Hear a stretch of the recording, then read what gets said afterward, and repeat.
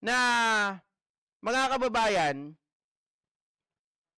video po ito ni Attorney Bueno na kung saan ipinapaliwanag yung tungkol po sa TRO, bakit hindi hindi nila mapipigilan yung pagbitbit kay Digong Duterte. Ito po. Kalang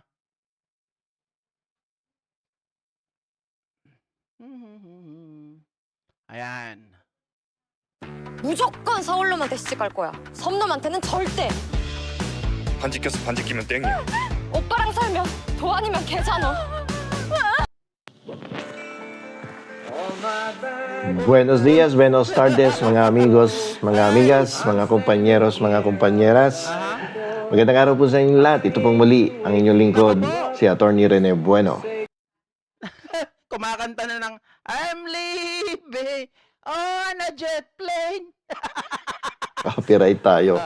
So, ang ating pong pag-uusapan ay tungkol sa isang temporary restraining order. It's a petition filed with the Supreme Court by a certain... Yes po, exactly, Mario Oliva. Pet nyo silang bino.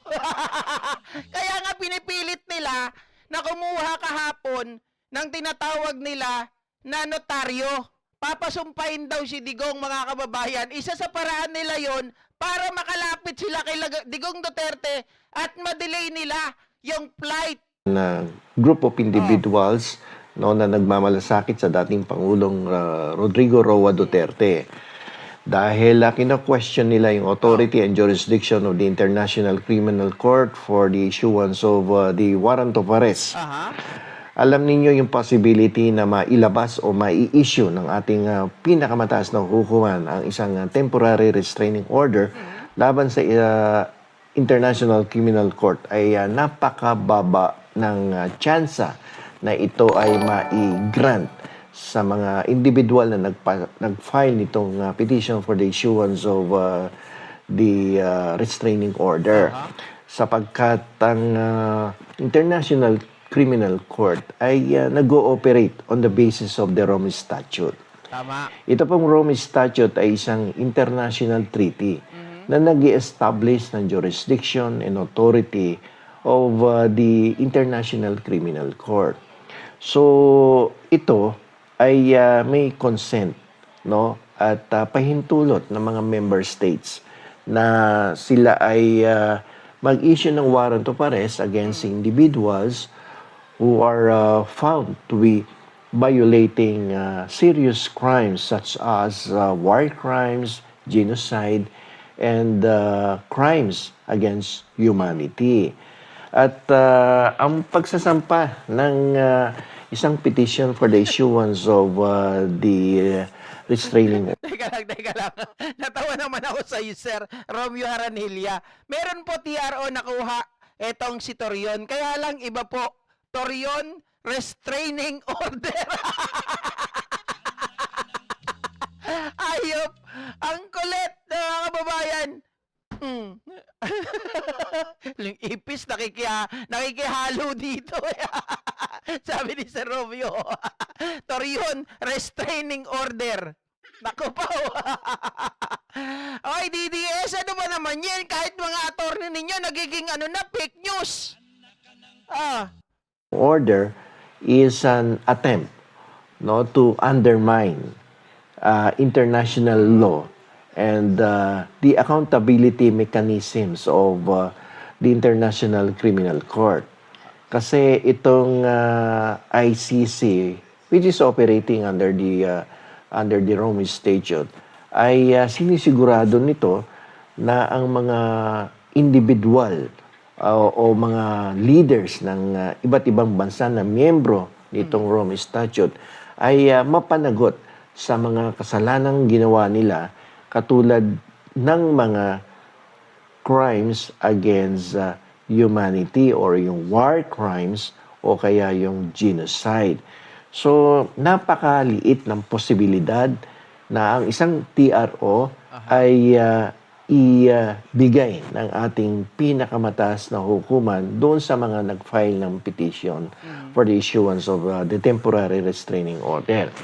Marami ng mga legal precedent na nangyari na kung saan nag-file ng TRO sa kanilang mga Korte Suprema ang mga dumidepensa sa isang individual or leader na inakusahan ng crimes against humanity. Ang pinakahuli nga ay itong Israel na kung saan ay nagkaroon din ng kaso ang kanilang leader.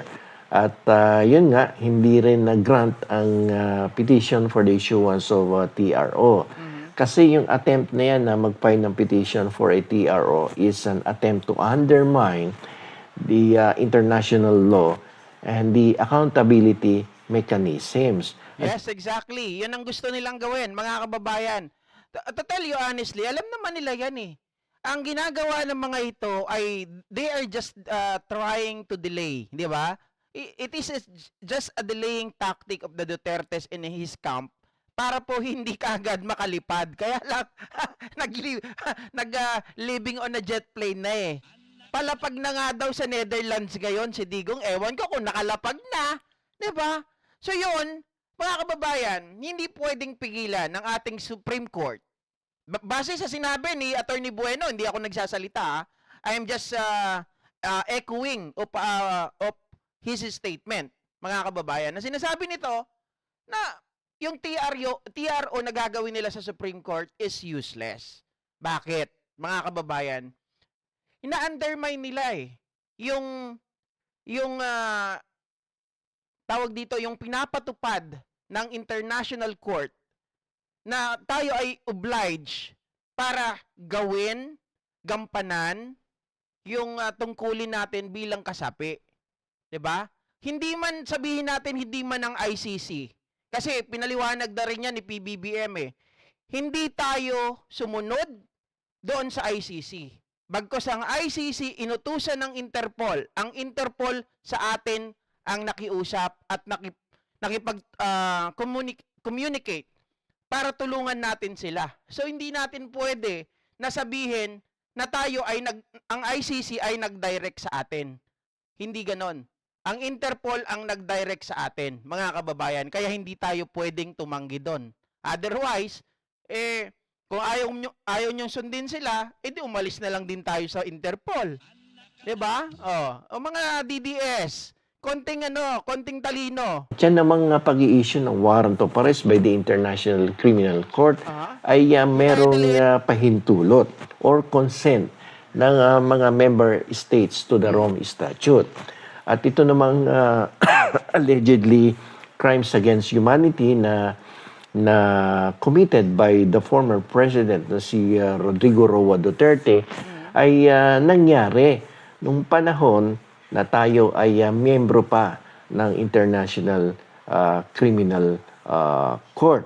At sabi nga ng ating pinakamataas na hukuman, nung merong kumwestiyon sa ating sa jurisdiction and authority of this ICC, ang sinabi nga ng ating Korte Suprema ay for those crimes committed during the time that we are still member of the ICC, ang ICC ay meron pa ring jurisdiction, no? Sa At saka ano rin 'yan, hindi lang bilang attorney's perspective, mga kababayan ha, but the Supreme Court perspective 15-0 at sinasabi nila we are obliged, mga kababayan, na makipagtulungan pa rin sa ICC during the time na from 2011 to 2019. Kasi yun naman ang iniimbestigahan eh. Hindi naman iniimbestigahan dito yung 2019 or onwards.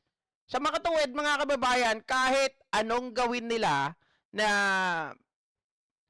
mind conditioning ang mga tao, lalo na sila Panelo na sinasabi that is unconstitutional, pwedeng i-impeach si PBBM, mga kababayan, in your dreams. ating bansa. Kung kaya't ang mga individual, ang mga leader na nag-commit ng serious crimes such as crimes against humanity ay mapapa sa ilalim pa rin ng jurisdiction ng ICC and pwede silang litisin doon sa The Hague, Netherlands. Katulad na nga nitong nangyari ngayon sa ating dating Pangulo na si Rodrigo Roa Duterte na kanina gabi ay isinakay na sa isang jet plane kasama ang kanyang dating executive secretary na si Attorney Mejaldea. Doon nga sila ay tutuloy sa Dahig, Netherlands upang doon ay harapin ang mga akusasyon laban sa dating Pangulong si Rodrigo Roa Duterte. So, nakakalungkot dahil dumating ito sa sitwasyon na ang dati nating Pangulo Yes, useless. ay Tama po, ang TRO na gusto nilang gawin, useless yan sa ICC, mga kababayan. Hindi yun applicable doon. Ang TRO na yan, ay dito lang yan.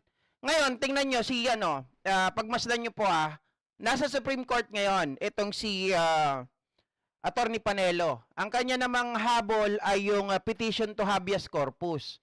Ano yung petition to habeas corpus? To question kung bakit pinayagan, 'di ba? Kung bakit pinayagan ang administrasyong ng current administration yung ibang bansa na dalhin si Digong doon sa Netherlands. Ngayon, ang isa pa sa kasama ng kanilang habeas corpus para daw pauwiin itong si Digong. Anyway, mga kababayan, maliwanag po yung sinabi ni Attorney Bueno hinggil po doon sa kanilang TRO at wala pong TRO na lumabas kahapon. Hindi po totoo yun. Yung si Lambino, wala. Nilambing lang kayo. Pinaniwalaan nyo na. Ibudol din pala. Ngayon, ito si Pangulong Bongbong Marcos, mga kababayan, nagsalita na rin po